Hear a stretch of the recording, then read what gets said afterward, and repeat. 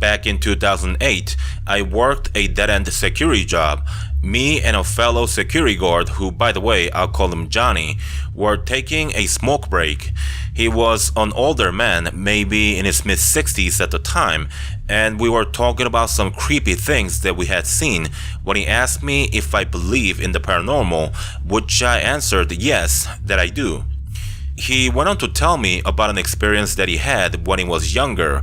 He said that him and a group of friends were out drinking one night, just cruising around the town and in the back country roads. He then had this idea, so he said, "Let's go beat up someone."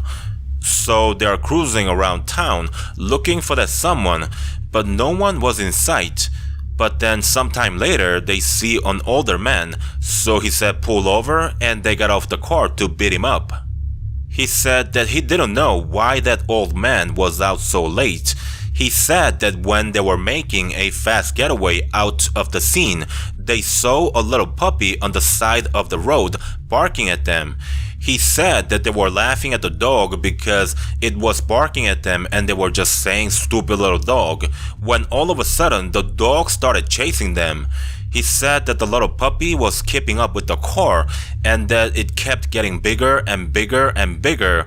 As the head grew so big, it was about the same size as the passenger side windows. He said that he remembers two glowing red eyes just looking at them, and its mouth was so wide it looked like one of our heads could fit in perfectly. Two of his friends were crying and the dog wouldn't stop chasing them. It seemed like the dog gave chase for hours on, but all of a sudden it just disappeared into thin air. As they make their way home, he gets dropped off in the middle of the night and wakes up his mom to tell her what happened. His mom was very church-going, so she started praying for him. She told him that they'll go to the church the next day and tell the priest exactly what happened. The next day came, they went to the church and told the priest exactly what happened. They started praying out of nowhere. The priest put his hand on his shoulder and told him, "Son, it was the devil that you saw."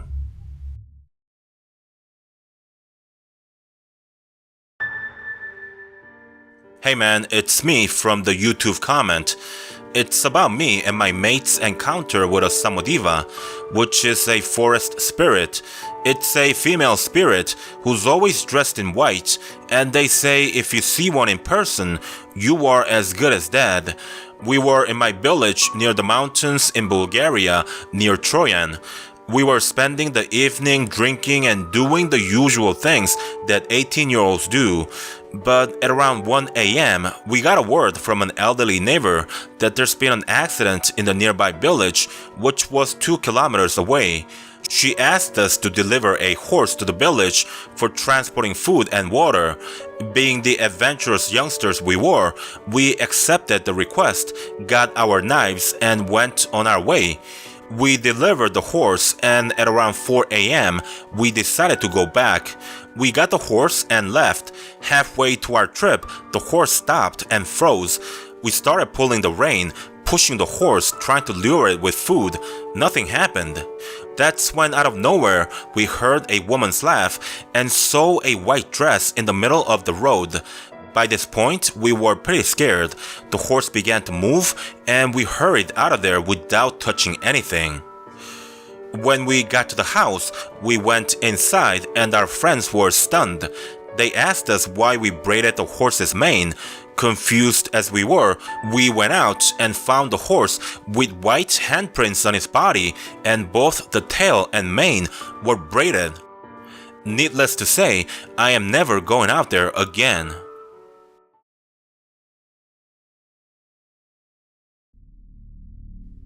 Keep note that I can't exactly talk about skinwalkers, but I'm a rebel. Okay, I was about 5. My uncle took my brother, other uncle, aunt, an older cousin of mine, and I to the woods. We went in our old truck. The kids, me, my brother, and cousin were in the back seat, my aunt in the passenger seat, and my uncle was driving while my other uncle was in the back of the truck. We went out to the woods to gather some firewood. After getting some, we headed home. It was about 10 when we left.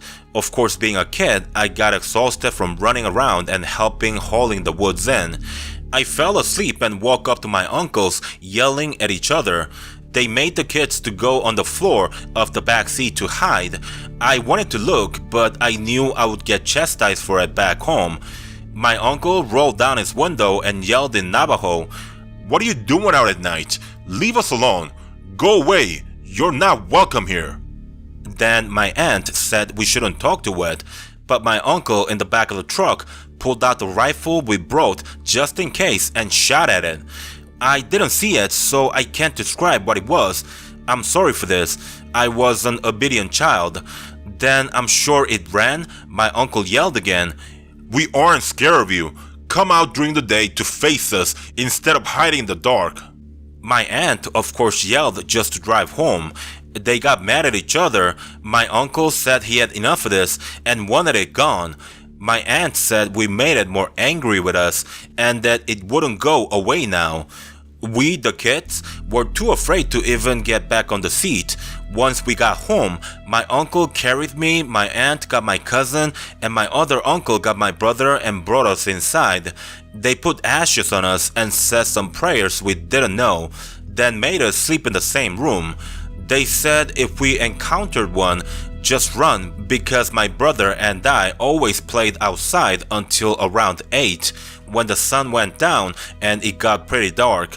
We ran toward home without question when we hear our aunt or uncles yelling for us, which isn't advisable to do near skinwalkers because they can mimic our voices.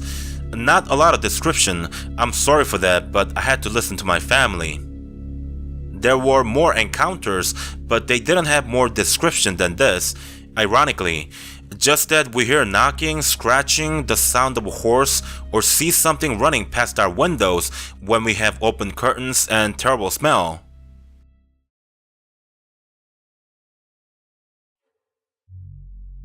When I was about 14 years old, I was just getting into scary stories and creepypastas. Needless to say, I was hooked. After a few months, I came home from swim practice like any other night. I put my gear away, went to the kitchen to get my dinner, then headed into the office to do some gaming on the rig I had recently built.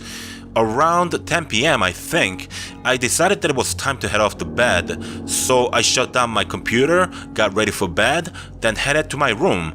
I was tired from practice, so before long I was out. So this is where things started to get strange. I don't normally dream, but this night I did. In my dream, I was with some friends exploring an old house when we entered what looked like an old ballroom, and that's where I saw and heard something. I could hear deep breathing and saw a human-like figure in the far corner of the room. It was a mixture of black and gray with glowing red eyes. It jumped down toward me, and right as it did, I jolted awake. Now, I wish it ended there, but when I woke up, I saw it. That thing was sitting on top of me. It was sitting on my hips, and I could feel its leg beside me and on top of my hands.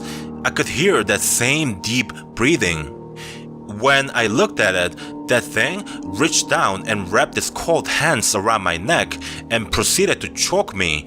I struggled to move, but couldn't, so I did the only thing I could think of. I choked out the words of my favorite Bible verse and told myself I wasn't going to die tonight. When I finished the verse, it let go and disappeared into darkness. I then sprung up in bed, coughing and gasping for air. I grabbed my flashlight and scanned the room, but couldn't see anything, so I looked at the clock, and it was around 12:30 p.m. I then laid back down and pulled the covers over my head, and a while later I passed out. When I woke up the next morning, there were marks on my neck and it felt really sore. That was the first and the last time I have seen that thing, and I haven't seen it since. I know that it's hard to believe, but I can assure you that I wasn't dreaming when it attacked. Thanks for reading. Ladies and gentlemen, that is the end of this video. So this video I've made as a test run. I hardly did any rewriting on these stories, and pretty much all I did was some grammar corrections. There's maybe 1 or 2 videos that I've done in the past which I haven't done extensive amount of rewriting after interviewing the author, but those were longer stories and these are very short. Let me know what you think of these untouched short stories, and depending on your comments, I'll either use these short stories more often, like say once a week, or if you don't like them too much, then I'll do one of these short story compilation once a month maybe. So some of you might ask why I don't rewrite all of the stories I receive from you guys, and the answer to that is because it takes anywhere between 1 to 2 hours to do an interview for these stories. Not everyone is happy spending that amount of time with me on Skype. Another thing is, the really short stories, there's just not enough information in there for me to do an interview, so basically they are better left as is. Those of you who are waiting for your stories to be featured, I know the wait has been long, but as you can see, I finally decided to feature the short stories as a compilation, and most of your stories will be published at some point down the line.